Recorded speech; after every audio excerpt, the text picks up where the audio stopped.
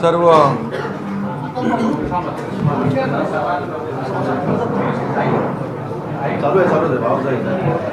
Direct बोलो असंच.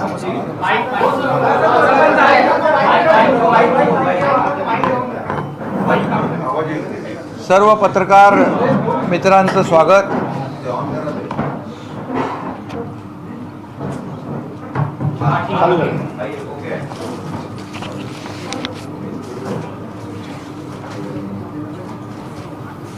राज्यामध्ये अनेक ठिकाणी पूर परिस्थिती निर्माण झालेली आहे आणि याचे दौरे देखील मुख्यमंत्र्यांसहित आम्ही सगळ्यांनी मंत्र्यांनी देखील ज्या ज्या ठिकाणी पूर परिस्थिती निर्माण झाली त्या ठिकाणी भेटी दिल्यानंतर पूर परिस्थिती आणि हे संकट शेतकऱ्याचं खूप मोठं आहे आणि शेतकरी देखील बोलताना त्याच्या वेदना जाणवत होत्या आणि तेही माहिती देत होते की गेल्या अनेक वर्षांमध्ये अशा प्रकारची पूर परिस्थिती, अशा प्रकारचा पाऊस ढगफुटीसारखा कधीही पडला नाही आणि त्यामुळे संकट मोठं आहे आणि अशा परिस्थितीत शेतकऱ्याच्या मागं सरकार पूर्णपणे खंबीरपणे उभं राहील. जेव्हा जेव्हा आपत्ती आली, संकट आलं, त्या वेळेस शेतकऱ्याच्या मागे सरकार उभं राहिलेलं आहे आणि म्हणून आज देखील कॅबिनेटमध्ये या बाबतीमध्ये चर्चा झाली.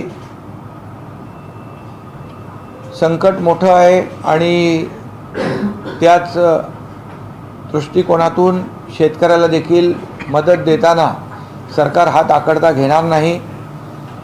आता सध्या पंचनाम्यांची सगळी माहिती येते आहे.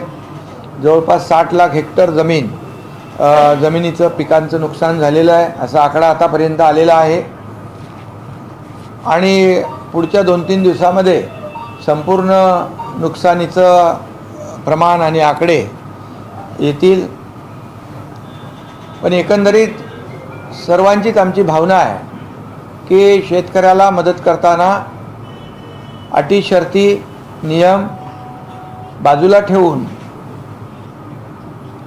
शेतकऱ्याच्या मागं उभं राहिलं पाहिजे आणि जेव्हा जेव्हा अशी मोठी अतिवृष्टी होते, मोठं संकट येतं, त्या वेळेस सरकारने मदत करणं हे आमचं सरकारची जबाबदारी आहे, कर्तव्य आहे आणि म्हणून यामध्ये आम्ही 2-3 दिवसामध्येच संपूर्ण माहिती आल्यानंतर मुख्यमंत्री महोदय, मी आणि आमचे उपमुख्यमंत्री अजितदादा बसून त्यावर चर्चा करून एक शेतकऱ्यांच्यासाठी ठोस निर्णय घेऊ.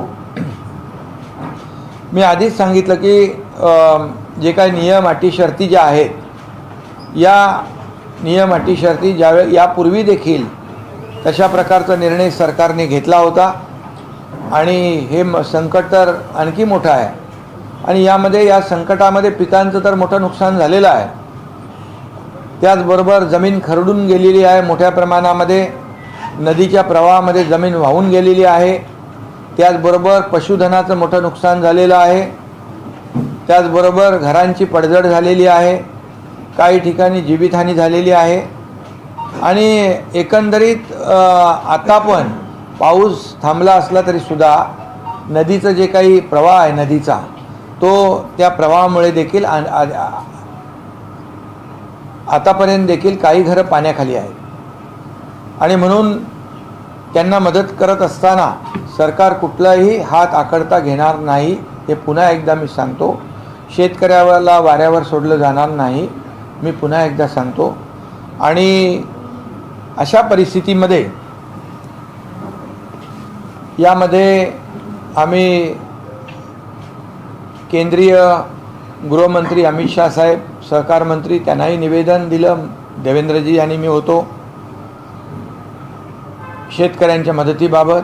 त्याचबरोबर आमच्या तिघांच्या सहीचं पत्र देखील आदरणीय प्रधानमंत्री नरेंद्र मोदीजी यांनाही आम्ही दिलेलं आहे आणि नेहमीच केंद्र सरकार आणि मोदी साहेब शेतकऱ्यांच्या पाठीशी उभं राहिलेले आहे.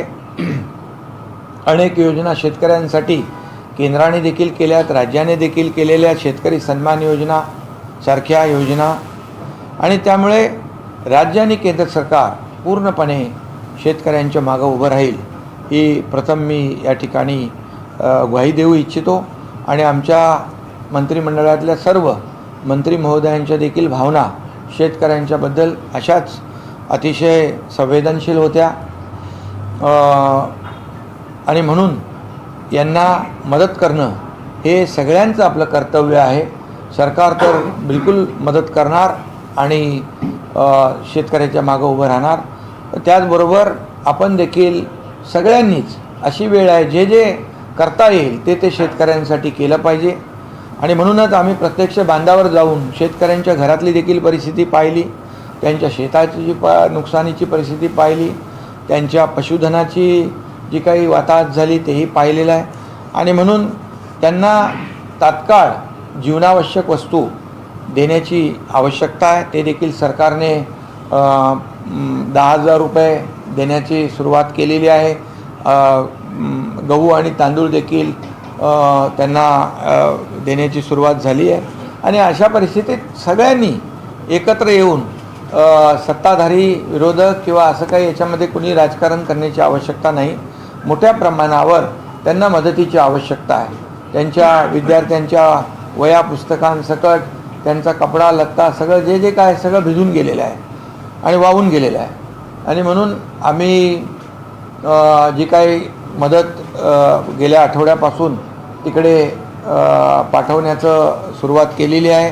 त्या भागामध्ये लोक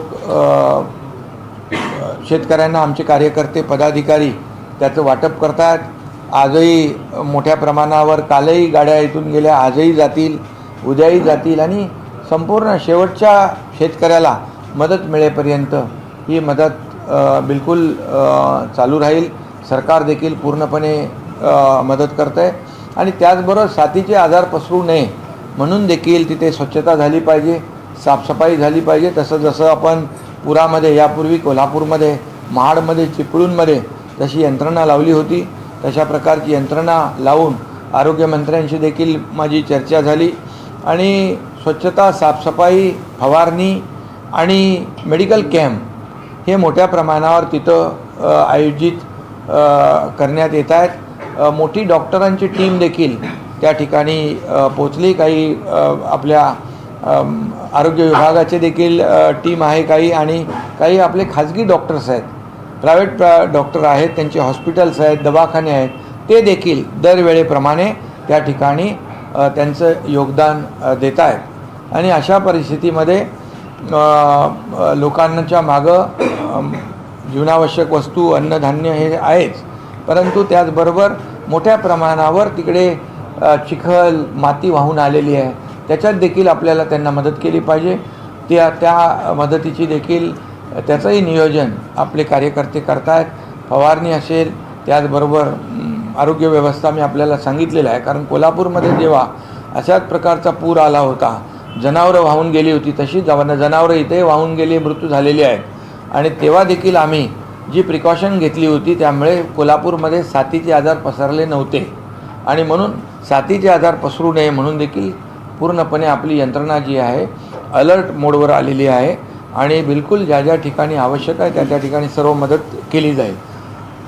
आणि त्याच सगळ्या या पुराच्या पार्श्वभूमीवर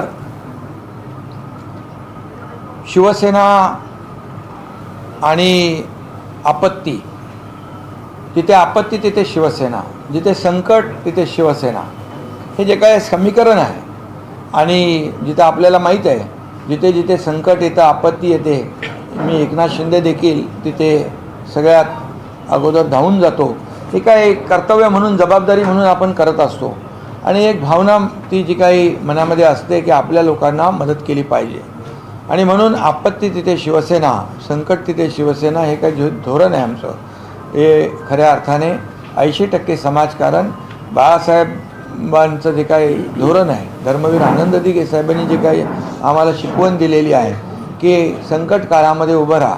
आणि म्हणून अशा पार्श्वभूमीवर पूर परिस्थितीमध्ये मग महाराष्ट्रातल्या पूर परिस्थितीमध्ये मराठवाडा असेल, विदर्भ असेल, उत्तर महाराष्ट्र असेल, ज्या ज्या भागामध्ये पूर परिस्थिती आहे त्या भागामधल्या कार्यकर्त्यांना दसरा मेळाव्याला इकडे मुंबईमध्ये न बोलवता त्यांना आम्ही तुमच्या माध्यमातून किंबहुना या ठिकाणी त्यांना आमची यंत्रणा जी आहे त्या माध्यमातून देखील आम्ही सांगतोय की तुम्ही शेतकऱ्यांच्या मदतीला, शेतकऱ्यांच्या बांधावर जाऊन, शेतकऱ्यांच्या घरात जाऊन त्यांना मदत करणं, त्यांचा देखील दसरा हा सण आहे आणि त्यांना जे जे काही आवश्यक आहे त्या ठिकाणी त्यांना मदतीचा हात देण्याचं काम करा, बांधावर जा. आणि त्याप्रमाणे आम्ही या सर्व कार्यकर्त्यांना, पदाधिकाऱ्यांना, आमचे मंत्री महोदय असतील ते त्या ठिकाणी जातील आणि या सर्व लोकांना पूर परिस्थितीमध्ये जे संकटात आहेत, आमच्या लाडक्या बहिणी आहेत त्यांचे अश्रू, शेतकऱ्यांच्या बळीराजाच्या डोळ्यात अश्रू आहेत, ते पुसण्याची आता आवश्यकता आहे. आणि म्हणून कुठल्याही परिस्थितीमध्ये तिथली यंत्रणा जी आहे ती यंत्रणा त्या ठिकाणी काम करेल, त्यांना मदत करेल आणि त्यांचाही दसरा संकटात जो आलेले आहेत त्यांचा दसरा देखील, त्यांची दिवाळी देखील म्हणजे काळी होऊ नये किंवा त्यांचे जे काही संकटात आहेत त्यांना देखील मदतीचा हात देऊन त्यांची दिवाळी देखील चांगली झाली पाहिजे. आता दसरा देखील त्यांचा चांगला झाला पाहिजे आणि यासाठी त्यांना जे जे काही मदत आहे ती देण्यासाठी या सर्व आमच्या पदाधिकाऱ्यांना, कार्यकर्त्यांना आम्ही त्या भागामध्ये लोकांच्या मदतीसाठी पाठवतोय. आणि दसरा मेळावा जी आमची परंपरा आहे ती देखील खंडित होता कामा नये आणि म्हणून ही परंपरा देखील बाळासाहेबांनी सुरू केलेली दसरा मेळाव्याची परंपरा आणि बाळासाहेबांचे विचार, आनंद दिघे साहेबांची शिकवण घेऊन आम्ही पुढे चाललो आहे.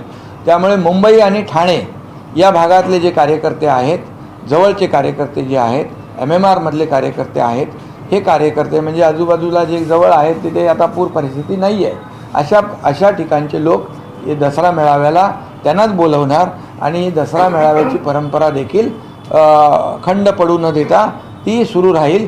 आणि संकट काळात 80% समाजकारण, 20% राजकारण, जी भूमिका बाळासाहेबांची आहे त्याप्रमाणे संकट काळात मदत करण्याची देखील जी काही परंपरा आमची आहे किंबहुना जे काय आमचं कर्तव्य आहे तेही आम्ही बजावणार.